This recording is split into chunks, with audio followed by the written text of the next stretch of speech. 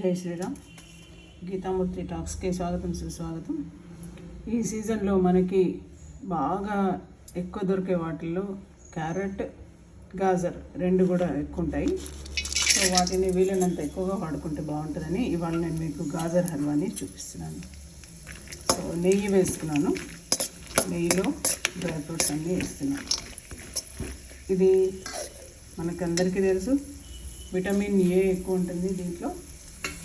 ఈ సీజన్లో బాగా వాడితే బాగుంటుంది. పచ్చడి కానీ, లేకపోతే హల్వా కానీ, కూర కానీ అన్ని రకాలుగా చేసుకోవచ్చు.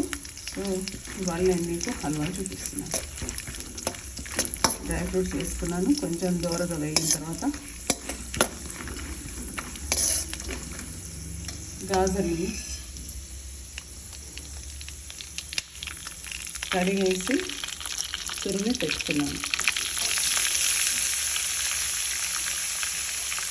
చాలా సింపుల్గా ఈజీగా అవుతుంది. మీరు ప్రయత్నం చేయండి.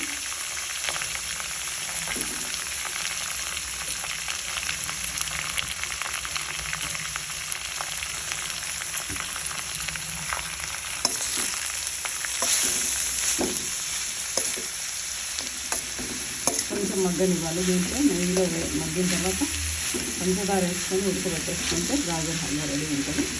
సో నేను మీకు మిగిలిన ప్రెస్లో చూపిస్తాను. చూడండి, మంచి మగ్గుతుంది. ఈ టైంలో నేను చక్కెర వేస్తున్నాను. దీనికి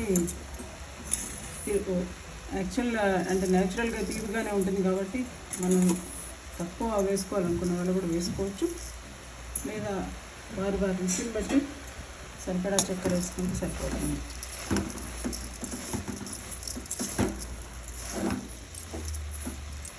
ఇది మంచి మగ్గిన తర్వాత మంచి కలర్లోకి వస్తుంది. బాగా మెత్తగా మగ్గనియాలి.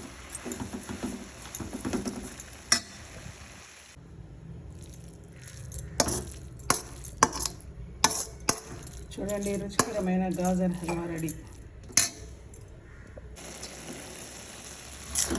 చూడండి, మొత్తం చక్కెర అంతా కూడా కలిపిపోయి చాలా మంచి కలర్ఫుల్గా ఉంది. వేడివేడిగా ఉండడం వల్ల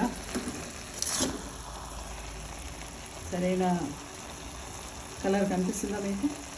చూడండి, ఇంకొంచెం మగ్గితే గాజర్ హల్వా రెడీ. ఈ నీళ్ళు అనేవి పోవాలి. ఇలా నీళ్ళు కారుతున్నాయి కదా, షుగర్ సిరప్ అంతా ఇది. సో ఇది తగ్గిపోతే కనుక గాజర్ హల్వా రెడీ అయినట్టు.